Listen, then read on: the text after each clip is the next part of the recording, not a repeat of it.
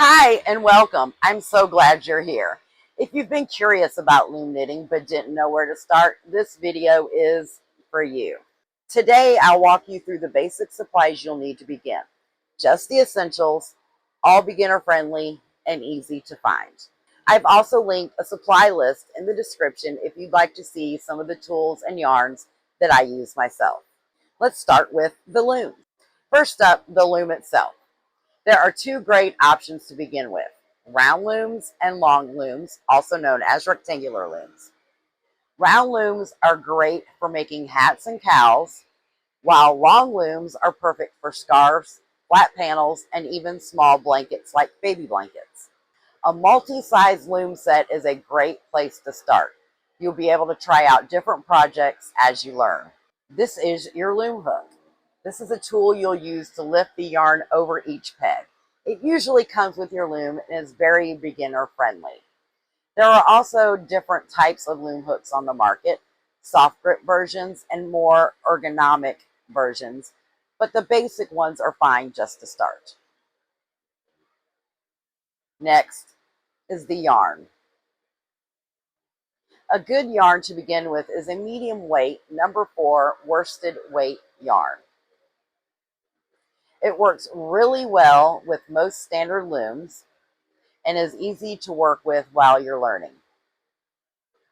Look for smooth yarns, nothing too fuzzy or too textured or too fancy. Acrylic yarns like Red Heart Soft or Lion Brand Basic Stitch are solid choices, as well as Premier Basics. A yarn needle is used to weave in your yarn ends or sew panels together.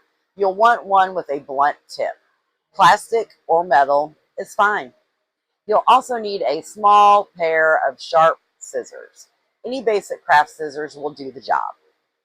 A measuring tape helps track your progress, especially if you're following a pattern aiming for a specific length. A soft, flexible one is the easiest to use, but even a small ruler can work. And something to put it all together.